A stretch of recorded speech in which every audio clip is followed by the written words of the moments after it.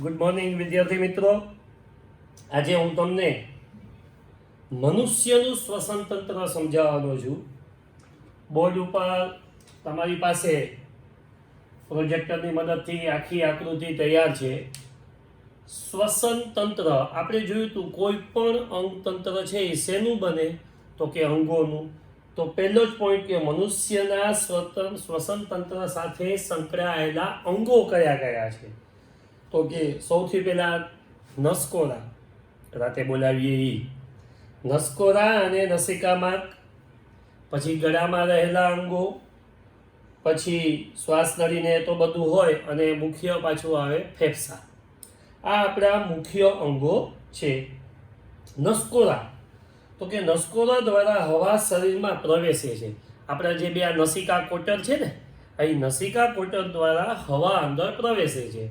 તમને ખ્યાલ છે વિદ્યાર્થી મિત્રો, નસિકા કોટરની અંદર આપણે આંગળી નાખીએ એટલે કેવું તો કે શ્લેષ્મ જેવું ચીકણું ચીકણું પ્રવાહી હોય છે, અને એની અંદર નાના નાના વાળ રોમ ઉગેલા હોય છે. એ બહુ કામના છે. કેમ તો કે અત્યારે આપણે ખબર જ છે, કોરોનાની મહામારી ચાલે છે તો આપણે માસ્ક પહેરી રાખીએ. શું કામ માસ્ક પહેરાવે છે?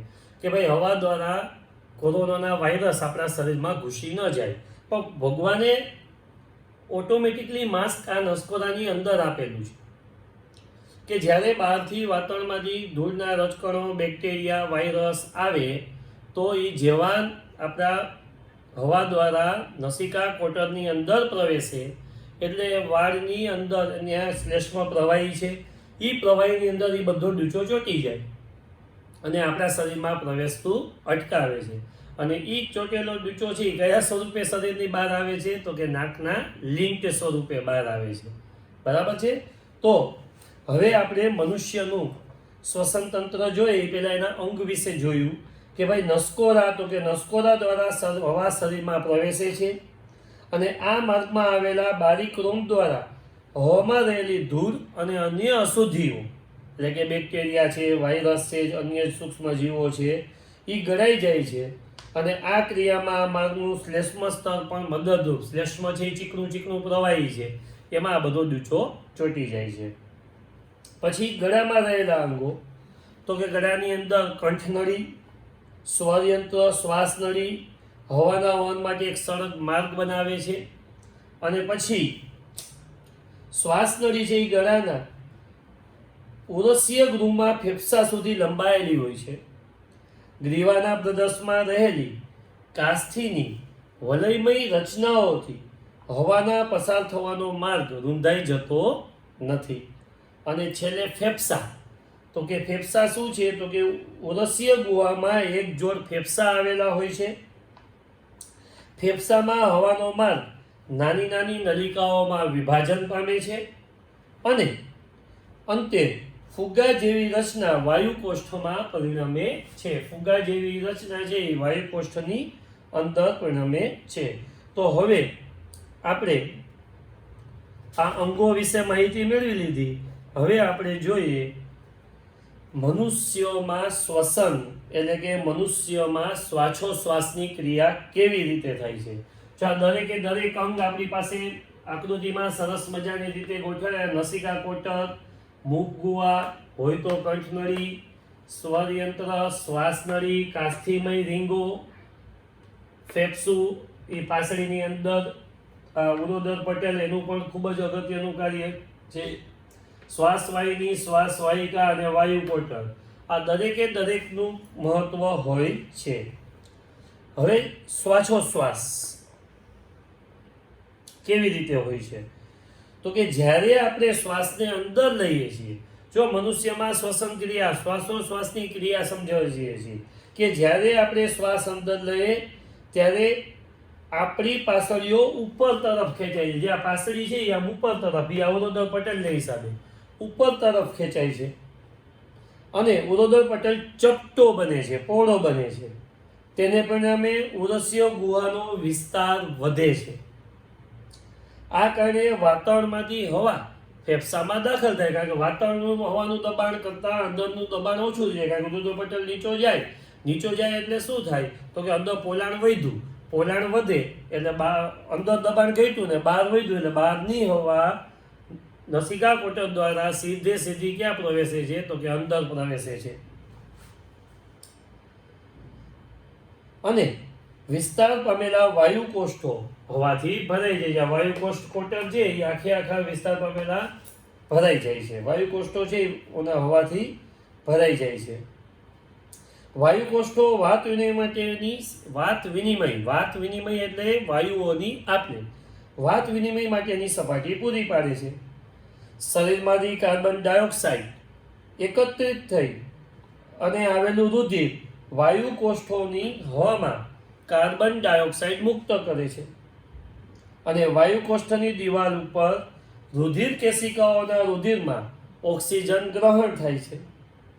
હવે ઉરોદર પટલ ઉપર તરફ ખેંચાય એટલે આ પોલાણ છે એ સાંકડું થાય એટલે અંદરનું દબાણ વધી જાય બહારના દબાણ કરતા, એટલે શરીરમાંથી ઉચ્છ્વાસ દ્વારા કાર્બન ડાયોક્સાઇડ છે સીધું નસિકા કોટર દ્વારા ક્યાં ફેંકાય? બહારની તરફ ફેંકાય છે. આ કારણે ફેફસામાંથી હવા વાતાવરણમાં દૂર થાય છે.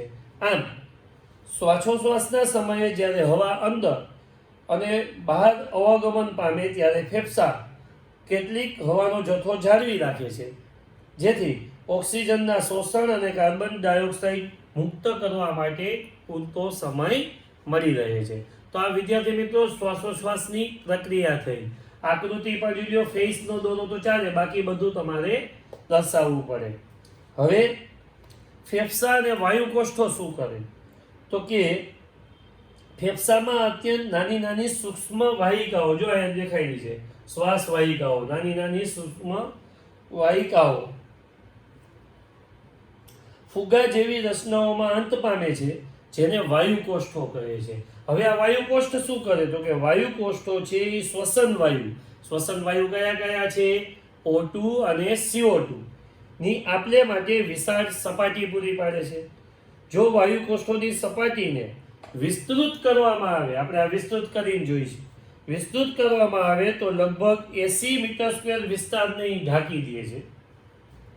આમ વિનિમય માટે તે વિશાળ અને કાર્યક્ષમ સપાટી પૂરી પાડે છે. વળી વાયુ કોષ્ઠની દિવાલ ઉપર રુધિર કેશિકાઓની વિસ્તૃત જાળીદાર રચના પણ આવેલી હોય છે. આના ઉપર રુધિર કેશિકાઓની આખી જાળીદાર રચના આવેલી હોય છે. બરાબર છે. હવે જ્યારે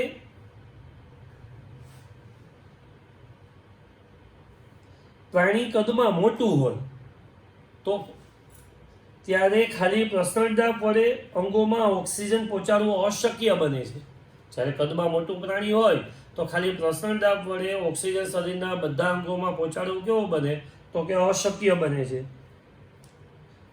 જોકે ફેફસામાંથી હવા શ્વસન રંજક કણ ઓક્સિજન લઈ પેશીઓ સુધી પહોંચાડે છે, જેમાં ઓક્સિજનની ઉણપ હોય છે.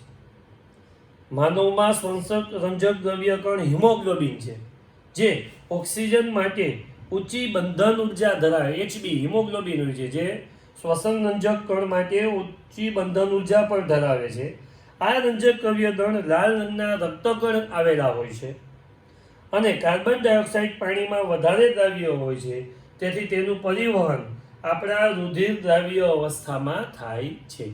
કાર્બન ડાયોક્સાઇડનું એનું પરિવહન રુધિરમાં દ્રાવ્ય અવસ્થાની અંદર થાય છે. તો આ આપણે જોયું. હવે આપણા માટે ખૂબ જ અગત્યનો ટોપિક ચાલુ થઈ રહ્યો છે અને એ છે વહન. માનવમાં વહન, આ બધા રુધિર દ્રવ્ય અને એનું વહન કેવી રીતે થાય? તો કે સ્વાભાવિક છે કે એમાં હૃદય બહુ અગત્યની ભૂમિકા ભજવે છે. તો હવે વહન જોઈએ. તો કે મનુષ્ય, ગાય, ભેંસ જેવા પાલતુ પ્રાણીમાં એના માટે એક પ્રવૃત્તિ આપી છે કે ભાઈ મનુષ્ય, ગાય, ભેંસ જેવા પાલતુ પ્રાણીઓમાં હિમોગ્લોબિનના સામાન્ય પ્રમાણની જાણકારી મેળવો. તો કે ભાઈ શું છે? તો કે મનુષ્યમાં હિમોગ્લોબિનનું સામાન્ય પ્રમાણ કેટલું હોય? તો કે 12 થી 18 ગ્રામ.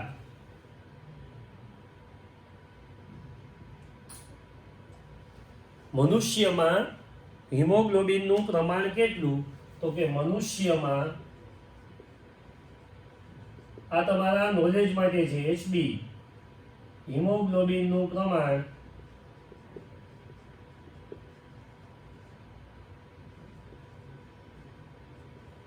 12 થી 18%, 12 થી 18 ગ્રામ પ્રતિ ડેસીલીટર,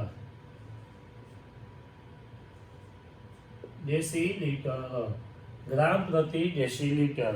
તો આ તમને પરીક્ષામાં પૂછે કે મનુષ્યમાં હિમોગ્લોબિનનું સામાન્ય પ્રમાણ જણાવો, તો 12 થી 18 ગ્રામ પ્રતિ ડેસીલીટર. પછી નાના બાળકોમાં, તો કે 3 માસથી 12 વર્ષ સુધીના બાળકોમાં 11 ની આસપાસ હોય. 3 માસથી 12 વર્ષ સુધીના બાળકમાં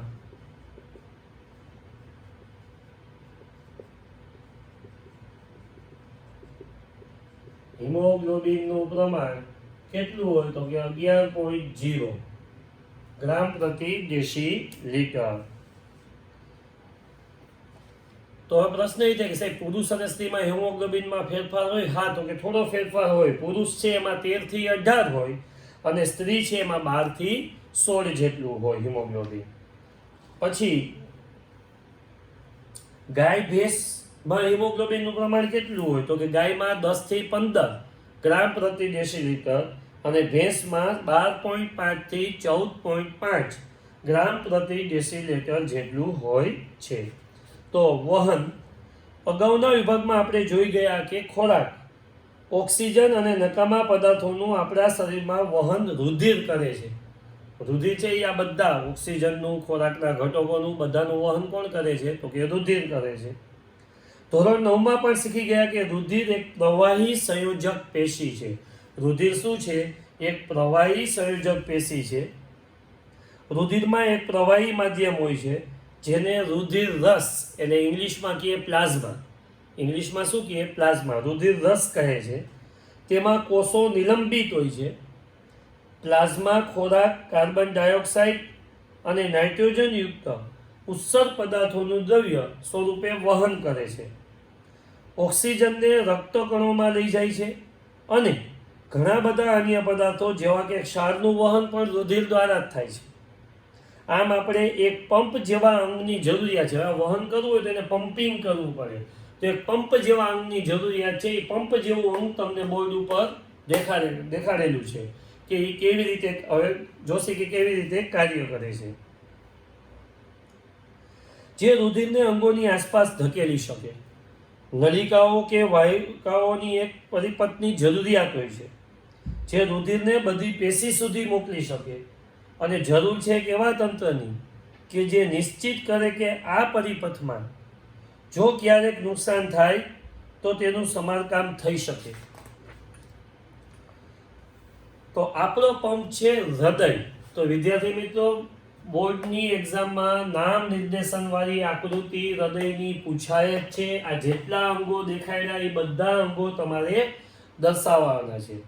હવે આપણા શરીરમાં રુધિરનું પરિવહન કેવી રીતે થાય, તો કે ભાઈ મનુષ્યનું હૃદય છે એ ચતુષ્ખંડી છે. ડાબું કર્ણક, જમણું કર્ણક, ડાબું ક્ષેપક, જમણું ક્ષેપક, બરાબર છે. હવે તમને સિમ્પલી સમજાવું કે હૃદયમાં રુધિરનું પરિવહન સમજાવવું એ પહેલાં તમને ધમની શિરા વિશે થોડીક માહિતી આપી દઉં. સામાન્ય રીતે ધમની કોને કહેવાય, તો કે હૃદયમાંથી શરીરના અંગો તરફ જે રુધિર લઈ જાય એને સાદી ભાષામાં ધમની કહેવાય છે. અને શરીરના વિવિધ અંગોમાંથી હૃદયમાં રુધિર લઈ આવે એને શિરા કહેવાય છે. સામાન્ય રીતે ધમનીની અંદર શુદ્ધ રુધિર વહેતું હોય છે, પરંતુ એક ધમની એવી, જો અપવાદ બધામાં હોય, બરાબર છે, તો એક ધમની એવી છે કે જેમાં અશુદ્ધ રુધિર વહે છે અને એ છે ફુફુસ્સીય ધમની. કઈ ધમની છે? ફુફુસ્સીય ધમની, કે જેમાં અશુદ્ધ રુધિર વહે છે. અને શિરામાં સામાન્ય રીતે અશુદ્ધ રુધિર વહેતું હોય છે. શિરામાં શું વહેતું હોય છે? અશુદ્ધ રુધિર. પણ એક શિરા એવી છે કે જેમાં શુદ્ધ રુધિર વહે છે અને એ છે ફુફુસ્સીય શિરા. જો વિદ્યાર્થી મિત્રો, બોર્ડ એક્ઝામમાં ધમની અને શિરાનો તફાવત પણ પૂછાય છે. હૃદયમાંથી અંગો તરફ લઈ જાય એ ધમની અને અંગોમાંથી હૃદય તરફ આવે એ શિરા, બરાબર છે. ધમનીમાં સામાન્ય રીતે શુદ્ધ રુધિર વહેતું હોય એટલે એમાં વાલ પણ હોતા નથી. જ્યારે શિરામાં સામાન્ય રીતે અશુદ્ધ રુધિર વહેતું, પણ બેમાં અપવાદ છે. Is that clear? તો હવે હૃદયમાં તો હૃદયની રચના જોયું કે ડાબું કર્ણક, ડાબું ક્ષેપક, જમણું કર્ણક, જમણું ક્ષેપક, ડાબા કર્ણક અને ડાબા ક્ષેપક વચ્ચે દ્વિદલ વાલ હોય છે. જમણા કર્ણક અને જમણા ક્ષેપક વચ્ચે ત્રિદલ વાલ હોય છે. હવે થાય છે પરિવહનની શરૂઆત કેવી રીતે ઈ જોઈએ. તો કે આપણે ખબર છે કે ફેફસાની અંદર ઓક્સિજન હોય છે. તો ફેફસામાં જેવો બહારથી ઓક્સિજન આવે છે એ ફેફસામાં રહેલા રુધિરને શુદ્ધ કરે છે, અને શુદ્ધ થયેલું રુધિર ફુફુસ્સીય શિરા દ્વારા ડાબા કર્ણકમાં ઠલવાય છે. જો આ ફુફુસ્સીય શિરા દ્વારા એ ક્યાં ઠલવાય? ડાબા કર્ણકમાં ઠલવાય છે.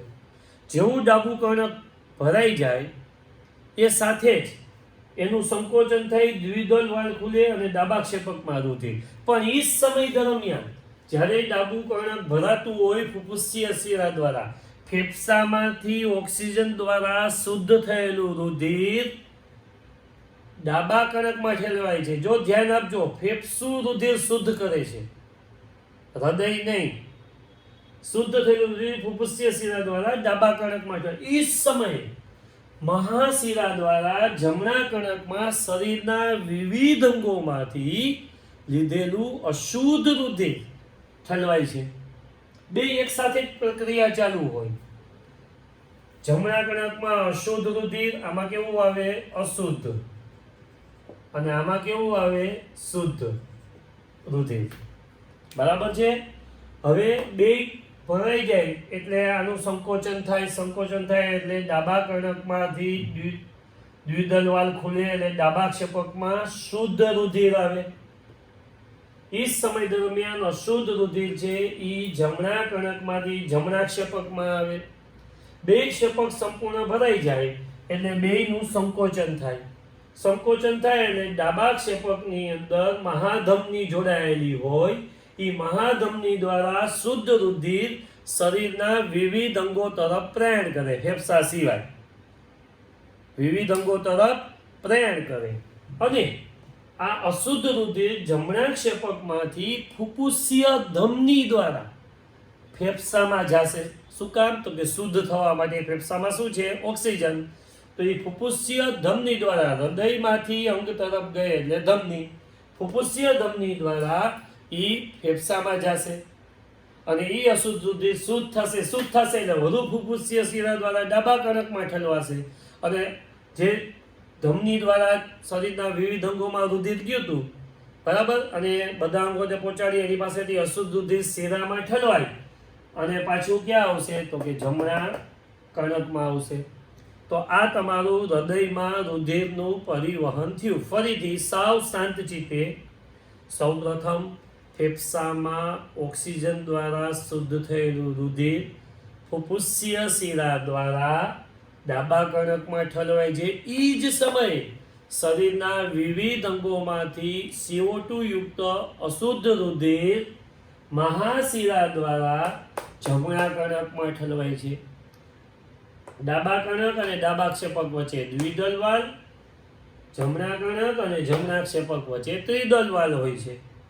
બંને કર્ણક સંપૂર્ણ ભરાઈ જાય એટલે ડાબા કર્ણકમાંથી દ્વિદલ વાલ ખુલે અને ડાબા ક્ષેપકમાં શુદ્ધ રુધિર આવે. જમણા કર્ણકમાં ત્રિદલ વાલ ખુલે અને અશુદ્ધ રુધિર જમણા ક્ષેપકમાં આવે. બે ક્ષેપક સંપૂર્ણ ભરાઈ જતા એનું સંકોચન થાય છે. એ સંકોચન થાય એટલે ડાબા ક્ષેપકમાંથી મહાધમની દ્વારા શરીરના વિવિધ અંગોમાં શુદ્ધ રુધિર પહોંચે છે, અને આમાં જમણા ક્ષેપકનું વિકોચન થતા, સંકોચન થતા તે ફુફુસ્સીય ધમની દ્વારા ફેફસામાં શુદ્ધ થવા માટે જાય છે. તો આમાં બે શુદ્ધ અને અશુદ્ધનું પરિવહન એક સાથે થતું હોવાથી મનુષ્યના હૃદયમાં બેવડું પરિવહન કરે છે. કેવું? બેવડું. બેવડું મતલબ ડબલ સમજવાનું. બેવડાનો બીજો અર્થ નહીં સમજવાનો. બરાબર છે? તો એને બેવડું પરિવહન કહે છે. Is that clear? બધા બાળકોને સમજાઈ ગયું? બરાબર છે? હવે ફેફસામાં કેવી રીતે ક્રિયા થાય છે એ જોઈએ કે ફેફસામાં ઓક્સિજનનો રુધિર પ્રવેશ.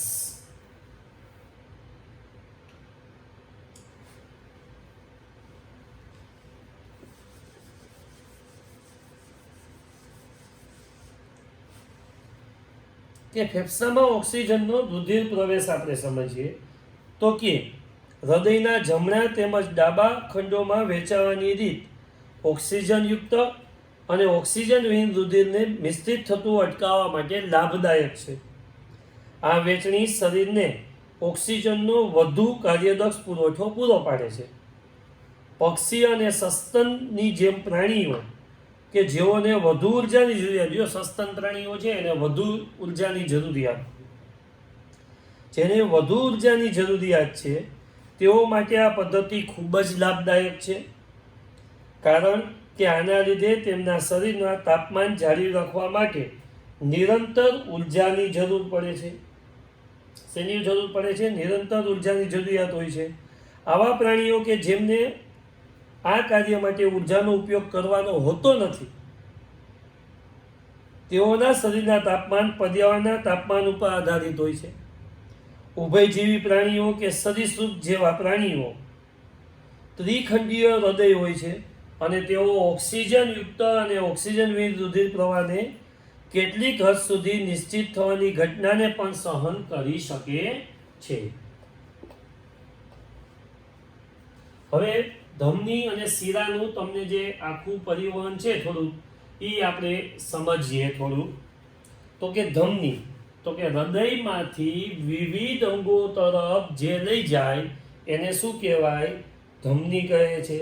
તેમાં રુધિર ઊંચા દબાણે એકદમ દબાણપૂર્વક વહન પામે છે. તેથી ધમનીઓની દિવાલ જાડી અને સ્થિતિસ્થાપક હોય છે. ધમનીઓ રુધિર કેશિકાઓમાં અંત પામે છે. ધમની છે એ કેમાં? તો કે રુધિર કેશિકા, એકચ્યુઅલી આવું છે, મહાધમની ઈ શાખામાં વેચાય એટલે ખાલી ધમની, ધમનીની ઉપશાખા આવે ધમનિકા અને પછી આવે રુધિર કેશિકા. પછી રુધિર કેશિકાઓ ભેગી મળે એટલે શિરિકા, શિરિકાઓ ભેગી મળે એટલે શિરા અને શિરાઓ ભેગી મળે એટલે મહાશિરા. આ પોઈન્ટ એવો છે રુધિર કેશિકાનો કે એમાં બે મિક્સ થઈ જાય છે. આ બધું શુદ્ધ છે, આ બધું અશુદ્ધ છે ને અહીંયા કેવું થાય છે? મિક્સ થાય છે. અચ્છા, તો ધમની વિશે, તો કે ધમની છે હૃદયમાંથી શરીરના વિવિધ અંગો તરફ રુધિરનું વહન કરે તે રુધિર વાહિની એટલે ધમની કહેવાય છે. તેમાં રુધિર ઊંચા દબાણે વહન પામે છે. એની દિવાલ જાડી હોય છે અને સ્થિતિસ્થાપક હોય છે. ધમનીઓ રુધિર કેશિકામાં અંત પામે છે અને ધમનીઓમાં ઓક્સિજનયુક્ત રુધિર વહન પામે છે. પણ અપવાદ રૂપે ફુફુસીય ધમની એમાં ઓક્સિજન વિહીન રુધિર પામે છે. પછી શિરા શરીરના વિવિધ અંગોથી હૃદય તરફ રુધિર વહન કરતી રુધિર વાહિનીને શિરા કહે છે. તેમાં રુધિર ઓછા દબાણે વહન પામે છે. તેથી તેની દિવાલ કેવી હોય છે? તો કે પ્રમાણમાં પાતળી હોય છે અને ઓછી સ્થિતિસ્થાપક હોય છે. કેશિકાઓ જોડાય, જો રુધિર કેશિકાઓ જોડાય શિરિકા, શિરિકાઓ જોડાય શિરા અને શિરાઓ જોડાય મહાશિરા બને છે. બીજું, શિરાઓમાં વાલ્વ સિસ્ટમ હોય છે. શું કામ વાલ્વ સિસ્ટમ હોય છે? તો કે શિરાઓમાં સામાન્ય રીતે અશુદ્ધ રુધિર વહેતું હોય છે. તો અંગો તરફથી અશુદ્ધ રુધિર લઈ અને હૃદય તરફ એ જાતું હોય તો કોઈ કારણસર જો એ પાછું ફરે તો અંગની અંદર શુદ્ધ અશુદ્ધ રુધિર મિક્સ થઈ જાય તો એ અંગમાં ઝેરી અસર ફેલાય છે. એટલા માટે એમાં હૃદયગામી વાલ્વ હોય છે શિરામાં. ધમનીમાં કોઈ વાલ્વ હોતા નથી. રુધિર કેશિકાઓ, હા, ફુફુસીય શિરા છે એમાં શુદ્ધ રુધિર વહે છે, એક જ એવી છે, બાકી બધામાં અશુદ્ધ રુધિર વહે છે. રુધિર કેશિકાઓ અંગો અને પેશી પાસે પહોંચી ધમની વધુ ને વધુ નાની વાહિનીઓમાં વિભાજિત થાય છે. તેથી બધા કોષો સાથે રુધિર સંપર્ક થઈ શકે. સૌથી નાની વાહિનીઓમાં દિવાલ એક કોષીય જાડાઈ ધરાવે છે. તેને રુધિર કેશિકાઓ કહે છે. એને શું કહેવાય? તો કે રુધિર કેશિકાઓ કહે છે. રુધિર તેમજ આસપાસના કોષો વચ્ચે પદાર્થનો વિનિમય રુધિર કેશિકાની પાતળી દિવાલ દ્વારા જ થાય છે. હવે એક ત્રીજું છે લસિકા. તો વિદ્યાર્થી મિત્રો, લસિકા વિશે આપણે લાસ્ટ લેક્ચરની અંદર કમ્પ્લીટ કરશી અને પછી ત્રાકકણો અને લસિકાઓ કેવી રીતે રુધિર જામી જવાની ક્રિયા, લસિકાકરણ વિશે એ બધું આપણે નેક્સ્ટ લેક્ચરમાં જોશી. પછી વનસ્પતિઓમાં વહન અને છેલ્લે ઉત્સર્જનનો ટોપિક બાકી રહેશે. મોસ્ટ પ્રોબેબલી કાલ અથવા પરમ દિવસે આ ચેપ્ટર કમ્પ્લીટ થઈ જશે. Thank you.